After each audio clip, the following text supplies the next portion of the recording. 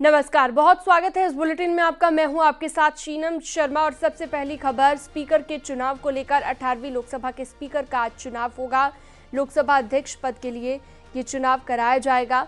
आपको बता दें कि एनडीए की तरफ से बीजेपी के सांसद ओम बिरला उम्मीदवार हैं, वहीं इंडी गठबंधन की तरफ से कांग्रेस के वरिष्ठ सांसद के सुरेश उम्मीदवार हैं। आज सुबह 11 बजे स्पीकर पद के लिए वोटिंग होगी और लोकसभा में संख्या बल सत्ता पक्ष एनडीए के ही पक्ष में है।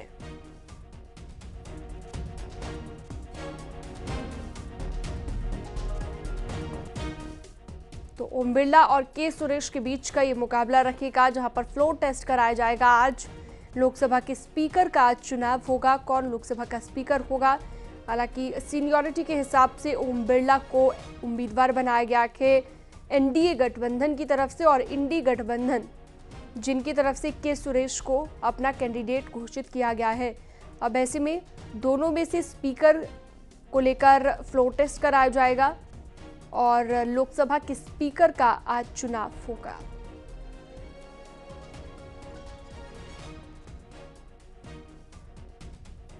तो दो तस्वीरें आप देख रहे हैं। ओम बिरला पहली तस्वीर एनडीए के उम्मीदवार और दूसरी तस्वीर के सुरेश विपक्ष के उम्मीदवार हैं। जब उन्होंने नॉमिनेशन फाइल किया, जब कैंडिडेट अपना नॉमिनेशन फाइल करने पहुंचे, उस दौरान की तस्वीर आप देख रहे हैं। लोकसभा स्पीकर को लेकर एनडीए वर्सेस इंडी गठबंधन आज आपको देखने को मिलने वाला है।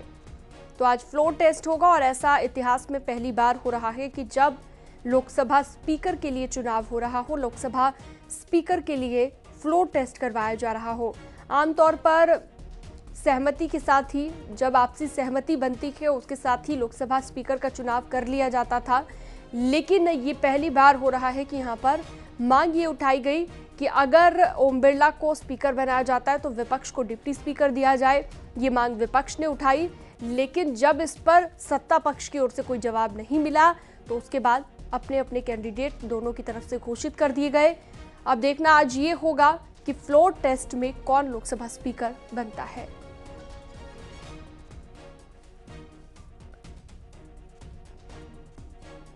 चलिए सीधा रुख करते हैं। विनीत दिल्ली से लाइव जुड़ चुके हैं हमारे साथ ज्यादा जानकारी और बातचीत के लिए। विनीत, इतिहास में ये पहली बार होने जा रहा है कि जब लोकसभा स्पीकर के नाम को लेकर सहमति नहीं बन पाई और दोनों तरफ से अब अपने कैंडिडेट घोषित कर दिए गए हैं। कितने बजे के आसपास आज संसद में ये फ्लोर टेस्ट होगा? क्या जानकारी खबर को लेकर?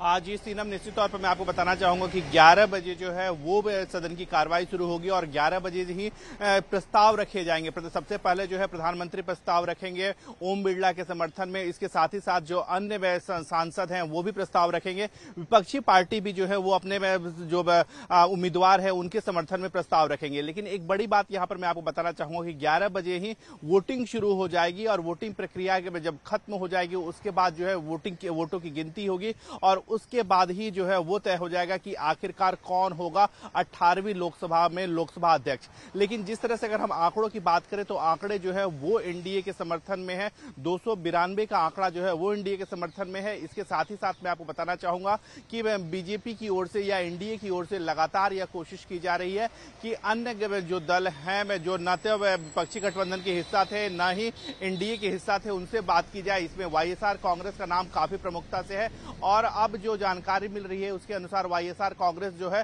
वो एनडीए के उम्मीदवार ओम बिरला को जो है वो अपना समर्थन दे सकती है। इसके साथ ही साथ बीजेडी के साथ भी बातचीत हो रही है और प्रयास यह किया जा रहा है कि बीजेडी में जो है वो एनडीए के उम्मीदवार ओम बिरला को अपना समर्थन दे। इसके साथ ही साथ मैं आपको बताना चाहूंगा कि जो निर्दलीय सांसद हैं उनसे भी बीजेपी के जो लोग हैं वो बात कर रहे हैं। लेकिन इसमें सबसे महत्वपूर्ण जो हो जा रहा है बात है कि जो टीएमसी का रुख क्या होगा, इसको लेकर के यहाँ पर देखने वाली बात है। क्योंकि अगर हम देखें कि कल जिस तरह से टीएमसी की ओर से यह बयान आया और टीएमसी ने साफ तौर पे कहा कि जिस तरह से विपक्ष ने अपना उम्मीदवार उतारा है उससे पहले टीएमसी से बातचीत नहीं की गई। हालांकि अब यह जानकारी मिल रही है कि राहुल गांधी ने ममता बनर्जी के साथ बातचीत की है और उन्हें मनाने की कोशिश की है, लेकिन अभी भी टीएमसी ने अपना रुख जो है वो साफ नहीं किया है।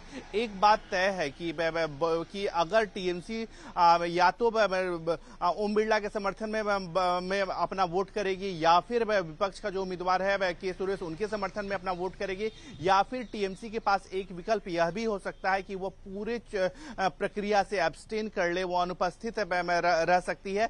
और इसका फायदा निश्चित तौर पर अगर ऐसा होता है तो इसका फायदा जो है वो एनडीए के उम्मीदवार को होगा, क्योंकि विपक्षी और इसके साथ ही साथ अगर हम बात करें जिस तरह से विपक्षी पार्टियां अपनी एकजुटता की बात कर रही थी, उसकी भी हवा निकल सकती है। लेकिन अब यह देखना होगा कि टीएमसी का आखिरकार क्या रुख रहता है। लेकिन यहां पर सबसे बड़ी बात यहां पर यह है कि इस जो चुनाव होगा, लोकसभा अध्यक्ष को लेकर के जो चुनाव होगा, उसमें साफ है कि ओम बिरला की जीत जो है वो लगभग निश्चित है। लेकिन यहां पर जो बीजेपी के लोग हैं या फिर विपक्षी के लोग हैं, उनकी यह कोशिश है कि वो अपने आंकड़ों को अधिक से अधिक बताएं, ताकि जो मनोवैज्ञानिक दबाव है वो एक दूसरे पर डाला जा सके। अगर एनडीए के उम्मीदवार को 292 से अधिक संख्या में वोट मिलते हैं तो निश्चित तौर पर बहुत शुक्रिया, आपने विस्तार से जानकारी दी विनीत। आप नजर बनाए रखिएगा। आगे बढ़ते हैं राहुल।